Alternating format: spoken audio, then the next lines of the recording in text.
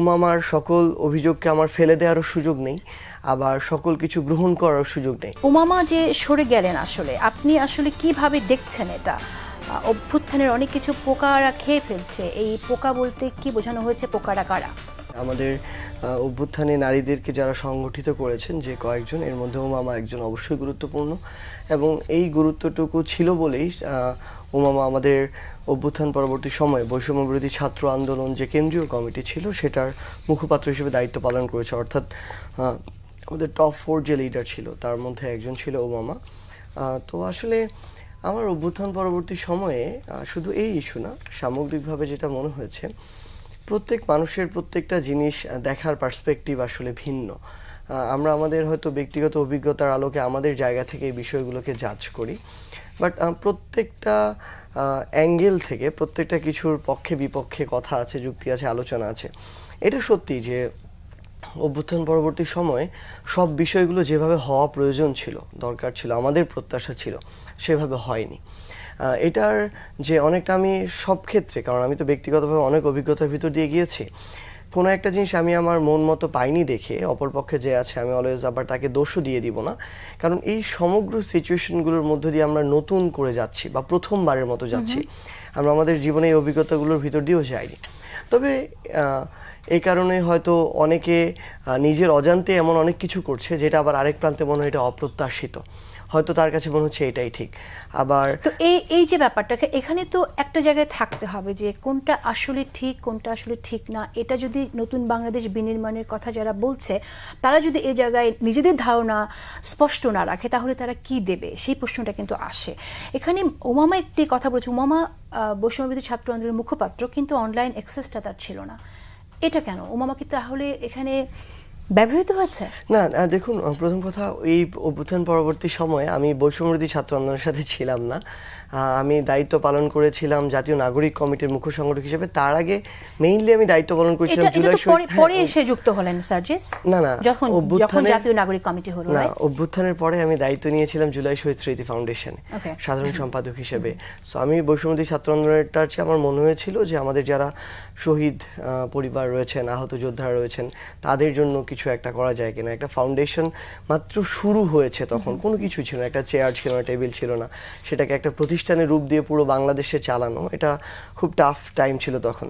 তো তারপরও আমার যেটা অ্যাকচুয়ালি মনে হয়েছে যে আমি এই জায়গায় উমামার সকল অভিযোগকে আমার ফেলে দেওয়ারও সুযোগ নেই, আবার সকল কিছু গ্রহণ করার সুযোগ নেই, বরং আমার মনে হয় যে এখানে আসলে বিভিন্ন পার্সপেক্টিভ রয়েছে। আরেকটা গুরুত্বপূর্ণ বিষয় কি আমার মনে হয়েছে, উমামাকে আমি আমার জায়গা থেকে যত সময়ই দেখেছি, আমি অন্তত তার আগ্রহ বা ইচ্ছার জায়গায় সৎ দেখেছি, আমার কাছে মনে হয়েছে। তবে একটা বিষয় আমার কাছে মনে হয় যে আমরা এই অভ্যুত্থানে কিন্তু সকল রাজনৈতিক দল, মত, আদর্শের মানুষ ঐক্যবদ্ধভাবে লড়াইটা করেছিলাম। ধরেন আমার এখানে বিএনপি বা ছাত্র দলের সহযোদ্ধা যেমন ছিল, জামায়াত বা শিবিরের সহযোদ্ধা ছিল, ইসলামী আন্দোলন বাংলাদেশ বা তাদের সহযোদ্ধা ছিল, আমরা এখন যারা এনসিপি করছি বা এমন অনেকেই ছিল যারা কিছুই করছে না। তো আমরা তো সকলে একসাথে এই লড়াইটা করেছিলাম। তো আমাদের কিন্তু আলাদা আলাদা চিন্তা ভাবনা, আদর্শ, এই জিনিসগুলো আছে। তো এখন অভ্যুত্থান পরবর্তী সময়ে আমরা আমাদের ওই চিন্তা অনুযায়ী আমাদের প্রত্যাশাটা করি বা আদর্শ অনুযায়ী একটা জিনিসের এক্সপেকটেশন থাকে, তো ওই অনুযায়ী আসলে সবকিছু মিট করে না, এটা সত্যি।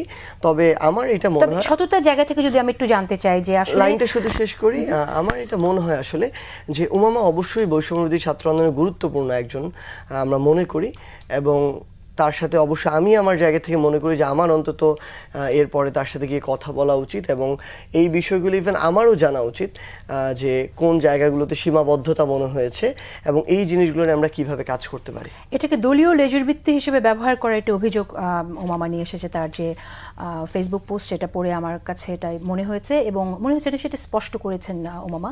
এখানে একটি বিষয় যে প্রথম যখন বৈষম্য বিরোধী ছাত্র সংগঠনটা হলো তখন তো ফ্রম ভেরিয়াস পলিটিক্যাল পার্টি, সবগুলো পলিটিক্যাল পার্টিস থেকেই কিন্তু যারা গণঅভ্যুত্থানের সাথে ছিল, সেটা আমি বলবো ছাত্র দল, ছাত্র শিবির, সব দল থেকে, লেফট যে স্টুডেন্ট উইং তাদের ওখান থেকেও অনেকে ছিল। কিন্তু আমরা পরে শুনলাম যে এই দলটায়, এই সংগঠনে যারা অন্য রাজনৈতিক দলের সাথে আছে তারা থাকবে না, সুতরাং যারা অন্যান্য রাজনৈতিক দলের সাথে ছিল তারা সরে গেল এখান থেকে। না, এরকম না।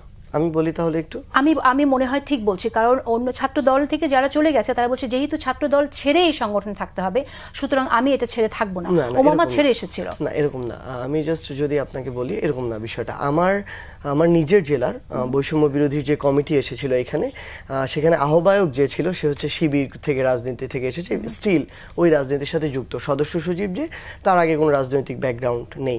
তো এরকম বাংলাদেশের অনেক জেলায় এখনো বৈষম্য বিরোধী ছাত্র আন্দোলনের যে কমিটি আছে, এমন অনেক জেলার কমিটির ধরেন টপ 4 জনের যে ডেকোরাম, ওইখানে এমন ছাত্র দলের একজন সাপোজ স্থানীয় পর্যায়ে নেতৃত্ব দিয়েছেন, যাকে আপনি যদি ওখানে না রাখেন ওই কমিটিটা স্বয়ংসম্পূর্ণ হবে না। আবার এমন অনেক জেলার কমিটি আছে যেখানে আপনি যদি শিবিরের এমন একজন আছে যাকে আপনি টপ 4 এর মধ্যে না রাখলে ওই কমিটিটা প্রশ্নবিদ্ধ হবে। আমার মনে হয় যে তথ্যটা আমরা পরে চেক করে নেব, আপনি যেটা বলছেন আমাকে, কারণ আমরা যখন